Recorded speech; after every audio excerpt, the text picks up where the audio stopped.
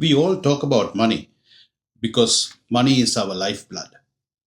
Today in Money Talks, I decided to talk about some experiences over the years. This is probably a start of a series of experiences which I'm going to share with you because I personally believe uh, more than the numbers, it is the experience and it is the real life which matters for people.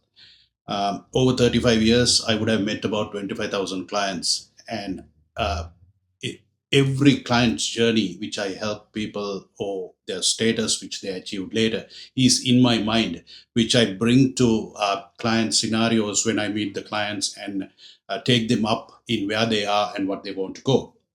So this particular clients, the family, husband and wife, came to me with. I'll give you the background of the clients.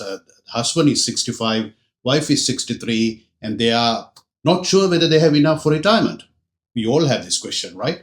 Um, but this question need to be raised very early stage in life. That is what I educate people all the time. Ask these questions all the time. But this particular couple, when I looked at their circumstances from A to Z, um, they have their own home which is debt free, 1.2 1.3 million. Fantastic, right? We all believe that this is brilliant. And they have a rental property in Hamilton which is about 600,000, and they still have a mortgage on that for 600,000. That's okay because it's a rental property, right? And then their large house which they are living in Auckland has borders, and they get rental income, and they both still work. And they have substantial amount of KiwiSaver funds as well. So they came and asked me whether that's enough for retirement. So when I analyze this situation, it looks fabulous. They have worked really hard to achieve that circumstances and what they're facing now.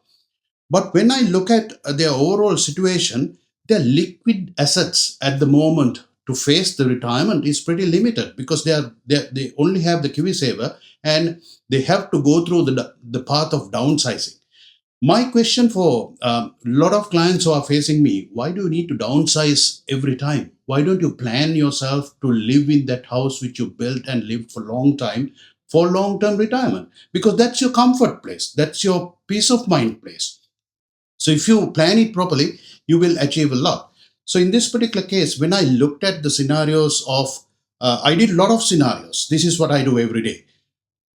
Husband working, wife is retired. Wife is working, husband is retired.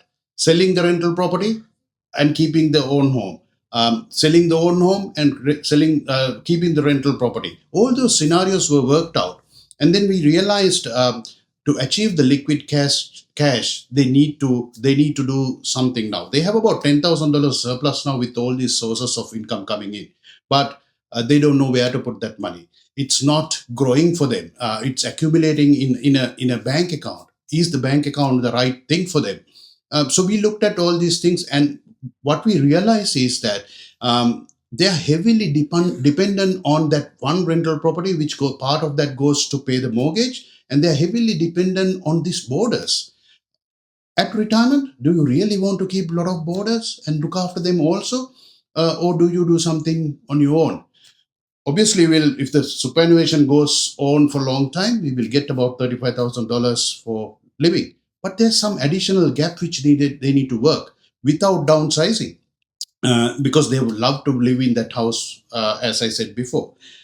So we looked at overall circumstances, and they're happy to work for a few more years, and we gave them a solution that works better for their future, enhances their solutions. And also, one of the questions when they asked me when we started the client journey with them is that, shall we sell the rental property?